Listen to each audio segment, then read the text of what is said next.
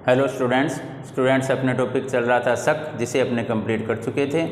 आज हमारा new topic होगा कुषाण। कौन सा है? कुषाण। तो आज अपने कुषाण जो टॉपिक है इस पर चर्चा करेंगे। अगर कुषाणों की बात की जाए तो इनका जो मूल स्थान था वह कौन सा बताया गया? कांसू प्रांत।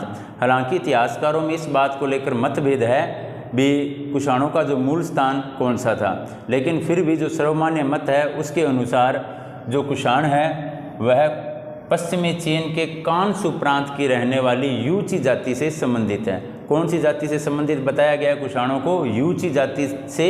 और इनका जो मुख्य निवास स्थान था वह कौन सा प्रांत था? पश्चिमी चीन का कांसू प्रांत। कौन सा प्रांत? पश्चिमी चीन का कांसू प्रांत। इसी प्रांत की रहने वाली यूची जाति से कुषाणों को संबंधित बताया गया है। अब देखो इतिहासकारों का क्या मानना है भी लगभग 165 ईसा पूर्व में, कब? 165 ईसा पूर्व में हुणों द्वारा इस जनजाति को इनकी मातृभूमि से खदेड़ दिया गया था। यानी कि लगभग 165 ईसा पूर्व को इनका जो मुख्य स्थान था कौन सा? कांसू प्रांत, पश्चिमी चीन का। यहाँ पर हुणों का आक्रमण हुआ और हुणों ने यूची जाति को वहाँ से खदेड़ दिया। तो यूची जाति अब नए स्थान की तलाश में इधर उधर विभिन्न संघर्षों को देखते हुए इधर उधर जा रहे थे। तो देखो हुआ क्या भी यूची नए स्थान, यानी कि यूची जो जाति थी वह नए स्थान की तलाश में विभिन्न संघर्षों के बाद आक्सस नदी घाटी के ताहिया प्रदेश में पहुँचे। ताहिया जिसे अपने किस नाम से भी पुकार सकते हैं? बैक्ट्रिया के नाम से भी पुकार सकते हैं। तो यूची जाति को जब हुणों द्वारा उनकी मातृभूमि से खदेड़ दिया गया, यानी कि कांसू प्रांत से खदेड़ दिया गया, तो उसके बाद ये नए स्थान की तलाश में विभिन्न संघर्षों के बाद आक्सस नदी के ताहिया यानी कि बैक्ट्रिया के प्रदेश में पहुँचे थे। उस समय बैक्ट्रिया पर किसका शासन था? तो बैक्ट्रिया पर था शकों का शासन। किसका था? शकों का शासन। यूची ने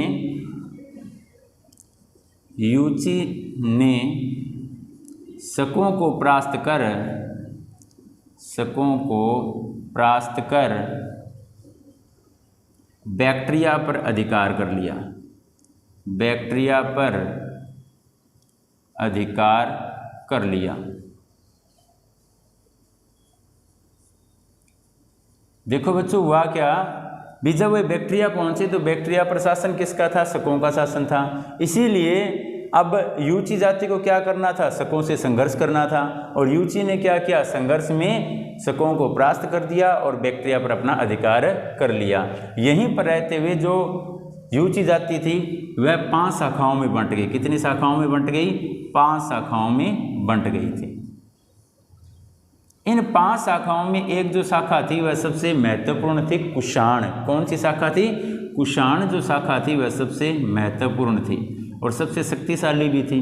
अब इस कुषाण शाखा ने क्या किया? अन्य 4 शाखाओं पर आक्रमण करके इनके राज्य को अपने राज्य में मिला लिया।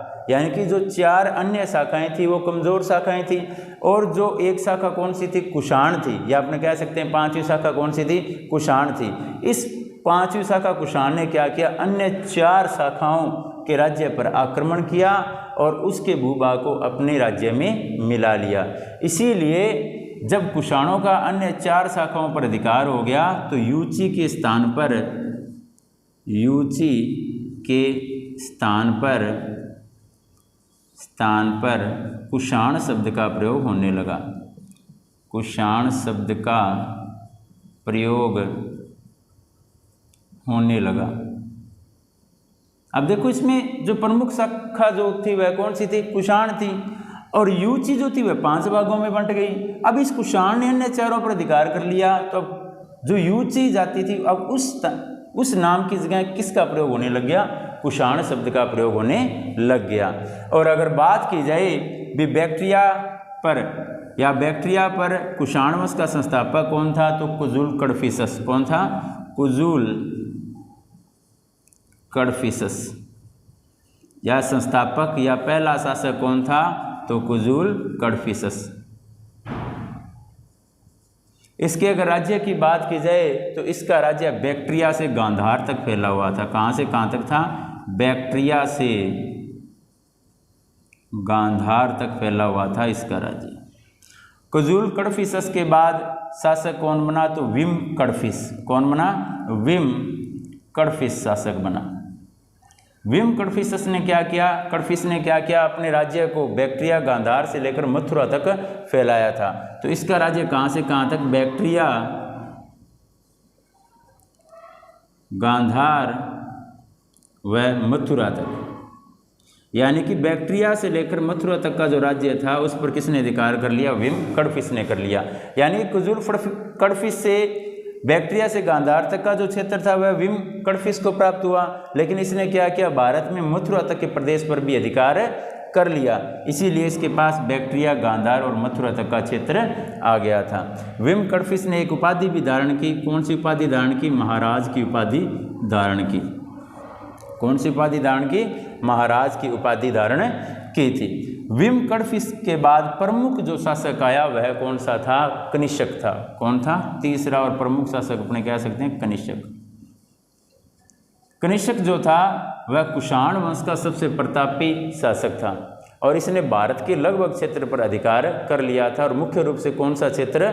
जो उत्तरी भारत का क्षेत्र था उस पर इसने अधिकार कर लिया था। चीन तक का प्रदेश इसके अधिकार क्षेत्र में आता था। यह 78 ईस्वी में गद्दी पर बैठा और इसने 101 ईस्वी तक राज्य किया था। कब से कब तक? 78 ईस्वी से 101 ईस्वी तक राज्य किया था। तो बच्चों आज हमारा टॉपिक कौन सा चल रहा है? कुषाण। कुषाणों की अगर बात करें तो इनका मुख्य स्थान कौन सा था? पश्चिमी चीन के कांसू प्रांत जो था वह इनका मुख्य स्थान था। वहीं पर इनको पूर्व में किस नाम से जाना जाता था? यूची नाम से जाना जाता था। उसी स्थान से 165 ईसा पूर्व को हुणु द्वारा इन्हें खदेड़ दिया गया और उसके बाद यूची जो जाति थी वह कहाँ पहुँची? बैक्ट्रिया के क्षेत्र में पहुँची। बैक्ट्रिया के क्षेत्र में उस समय शकों का शासन था, इसीलिए यूची ने शकों पर आक्रमण किया, उन्हें परास्त किया और बैक्ट्रिया पर अधिकार कर लिया।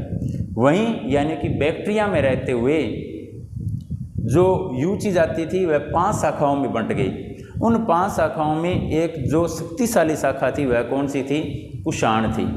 इसी कुषाण शाखा ने अन्य 4 शाखाओं पर अधिकार कर लिया। इसीलिए यूची के स्थान पर किस शब्द का प्रयोग होने लग गया? कुषाण शब्द का प्रयोग होने लग गया। अगर कुषाण जो जाति थी या आपने कहें बैक्ट्रिया में इसका संस्थापक कौन था? तो पहला शासक था या संस्थापक कौन था? कुजुल कडफिसस। कौन था?